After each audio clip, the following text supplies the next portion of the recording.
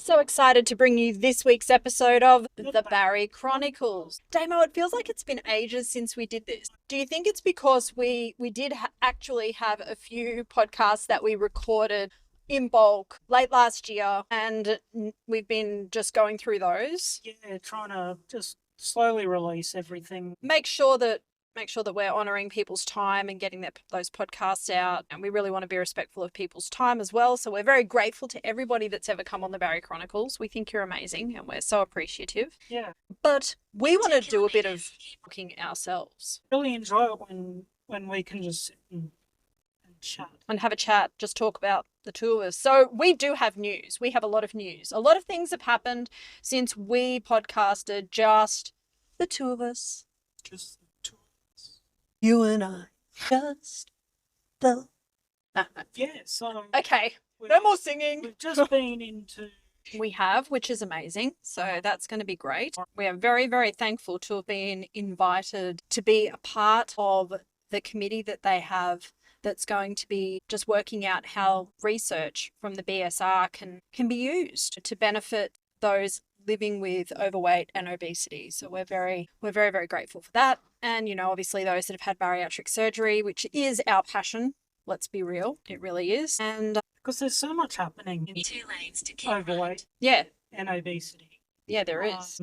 There's so many things now that are available to help those of us that have lived in bigger bodies who would like to address that. And I love the fact that the Lancet have brought out the research that's been conducted over the last couple of years, you know, sort of redefining how to, for want of a better word, I guess, diagnose or what the criteria should be to diagnose clinical obesity. We love that as well. We love that BMI is not going to be the only factor. Yeah.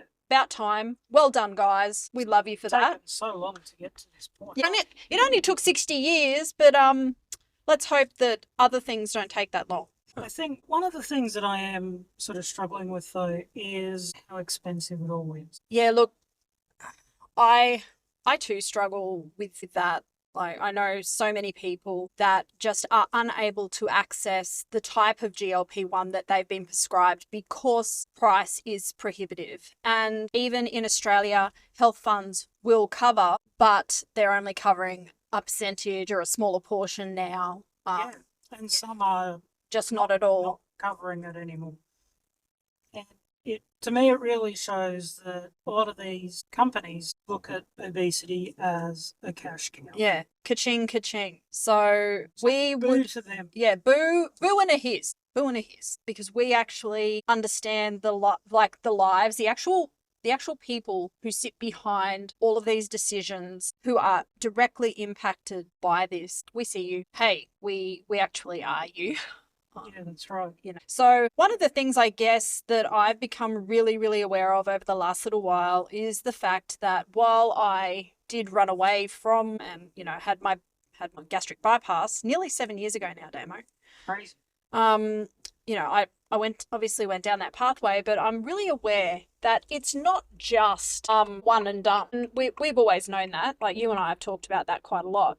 We know that surgery begats surgery. We know that if you start off and you have a bariatric metabolic procedure, that there is going to be a chance that down the line you might need revision. And we're both in the revision boat. Howdy, partner. Here we are in the little boat that says, you require a revision. A revision for you and for you. Yay! You've been booked in? I have. I am booked in for the 27th of June. I am having a number of things addressed. Number one is the fact that I have a syndrome called candy cane syndrome. Not something fun that you get from Santa. It's something bad that you get that can make a stomach ulcer. So lucky me, that's one of my diagnoses. But yeah, other things.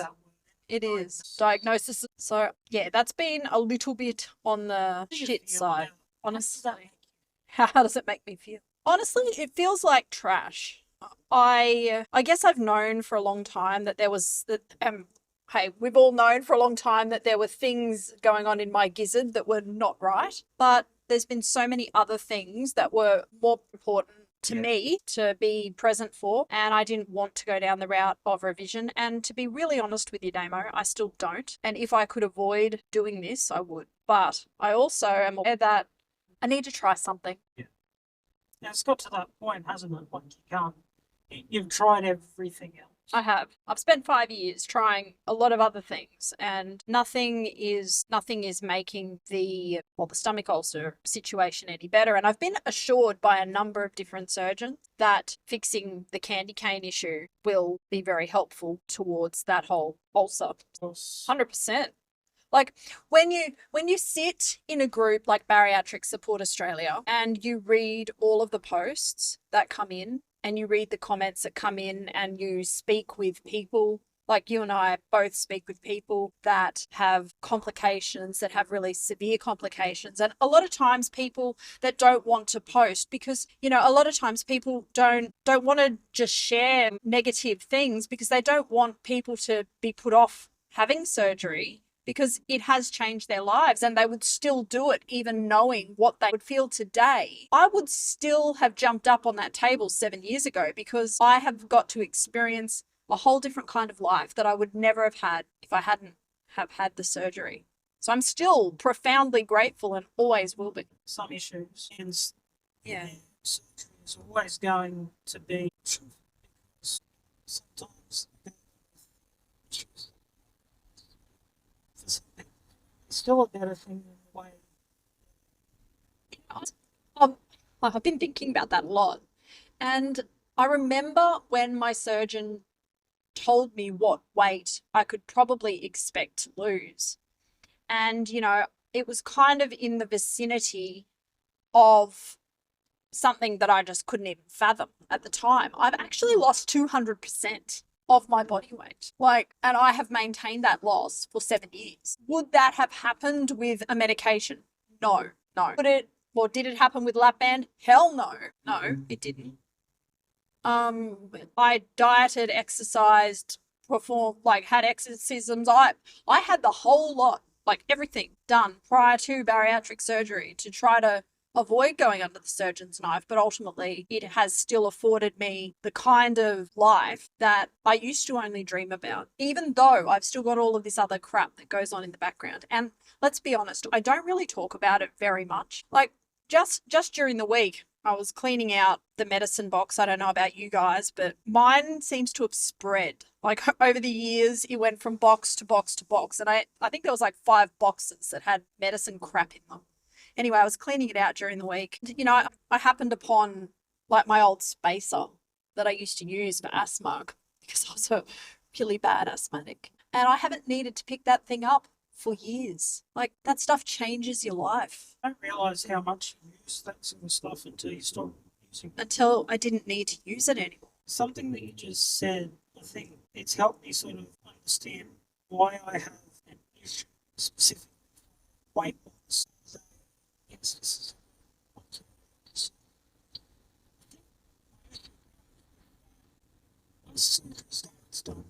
with medications,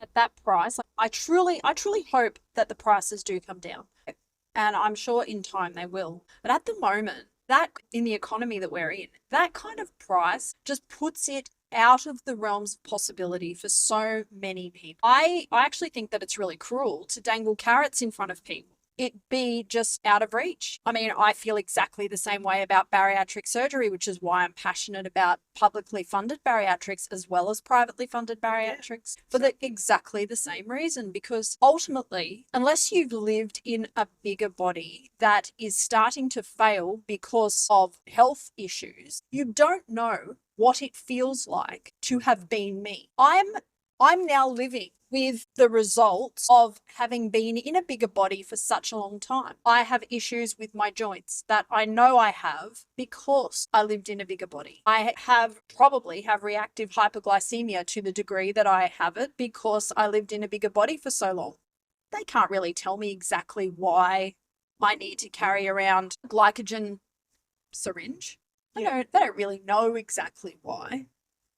But we can assume that my pancreas is doing weird things. It doesn't really comprehend just how much weight I've lost and still pumps out a gigantic amount of insulin. So there are so many things that we still don't really know or understand about what it's like to live in bigger bodies. And I think that all of the things should be used to help us as much as possible. But I also think that for me, bariatric surgery was 100% the right thing to do. However, I do have complications from it to address. And Damo, you're in the same boat, although, well, not the same boat. We're in the same storm, different boats. I'm in the bypass boat. Your sleeve boat. Let's have a bit of a chat about that because you've got really recent updates. Ever since this, Yeah. to the point that there are some podcasts where if you know what the flux can do, you can hear it in my voice.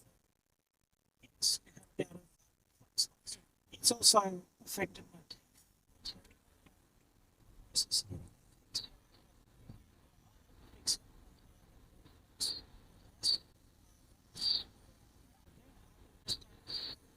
But you actually said before that you wish you had done bypass. Yeah, I think that sort of got into a mindset that it will fix everything. Lost more weight initially. Since having, read information from the BSR and spoken to numerous surgeons that have all sort of indicated the same thing, that there really isn't that great a difference between sleeve and bypass in the long term. Yep, 100%. So I think either way you're looking at potential complications. Yeah. And I think it's just accepting what you did and being happy with the choice. Yeah. I actually really love that you're at that point. And it's very interesting because when we started the Barry Chronicles, you weren't there. Like you 100% were not there. No. Like I 100% was not on board with the idea of ever having a revision surgery. There has been a progression in us as we have gone on this journey, talking to each other and talking to you guys and listening to the kind of things that you would like to hear from us, where we've reflected, looked inward and asked ourselves about our own limiting beliefs, about the things that we want for ourselves and what are the barriers that are, well, I know for me that I was creating with my thoughts around being able to have certain things or feeling like I just had to accept the way that things were because my goodness, how could, and for me, a lot of it came back always to money. How could I even consider costing my family more money, to have surgery? Like lap band was a fortune years ago. I actually paid as much for my lap band 17 years ago as what I did for my gastric bypass. Yeah. Like it cost an absolute fortune. And I just felt guilty at the thought of even considering having a revision. So I've had to go on a journey myself and look inward and find that, you know what, no, I actually do deserve to have this addressed in my life. I don't deserve to have to live in pain, live with this as a constant problem. Lose more weight. Honestly, I think a lot of that came from my own obesity bias. Yeah, how interesting is that? Because forever I saw myself as a failure. I was obese. Now we're starting to understand, phrase the way we speak about obesity. It was never me that was the problem. Yes, I contributed to it by the portion sizes that I ate and along with it. But that didn't. Yeah, that's right. As we've gone along and what I've achieved and done for the last 11 years is fucking amazing. Yeah, it is. I should be able to be proud of that, regardless of what size my shirt is. Other doctors thinks about it. And so, as I was sort of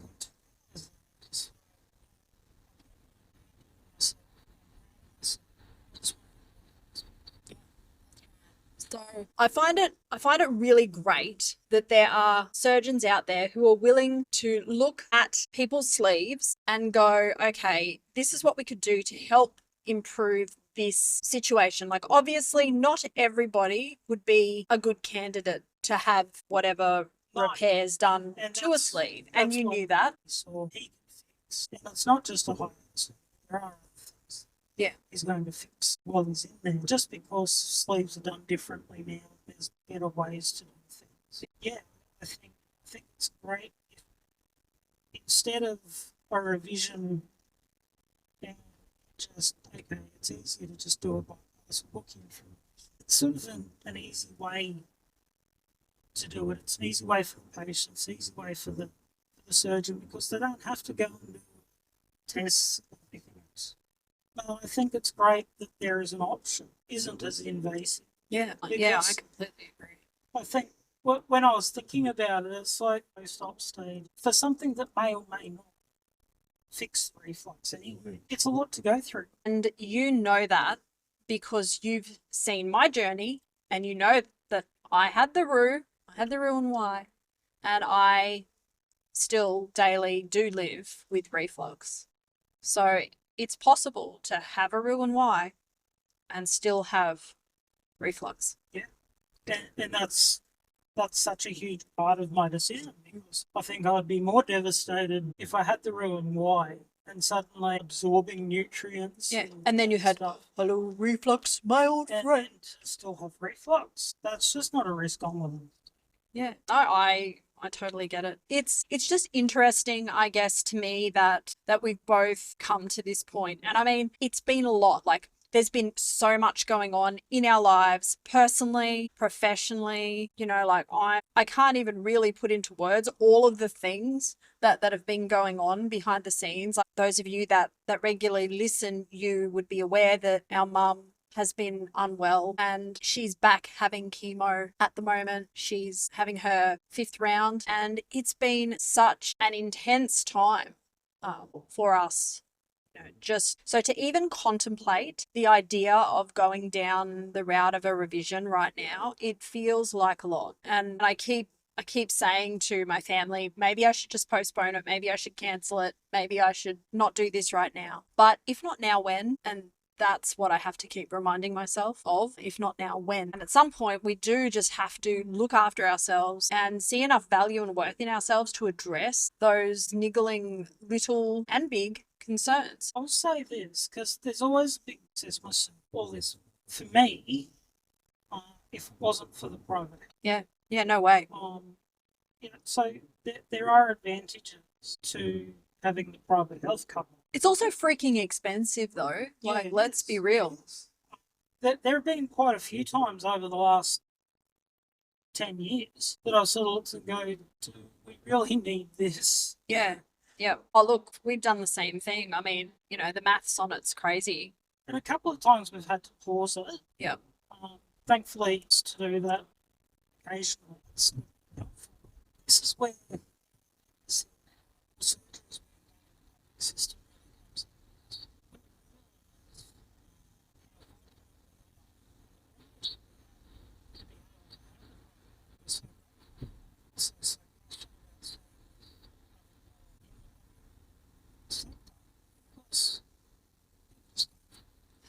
So, and you know, I'm always very, very mindful of the fact that if I hadn't have had the surgery when I did, I was already a pre-diabetic and I had high blood pressure. I know what I was looking at, and I know how much it roughly costs for diabetic medication and how much over the course of someone's lifespan if they require cardiac type of services. So ultimately, in the long run, it actually does work out to be more cost effective to have bariatric surgery. Well, it's worked out more cost effective for me anyway to have had bariatric surgery rather than put myself in harm's way. And that's where I was. I was definitely in harm's way. Necessarily even consider bariatric surgery until those, the pre-diabetes, whatever else is happening. So, it's not like, we want to give bariatric surgery to anyone who comes along that just wants to lose a couple of kilos. We're not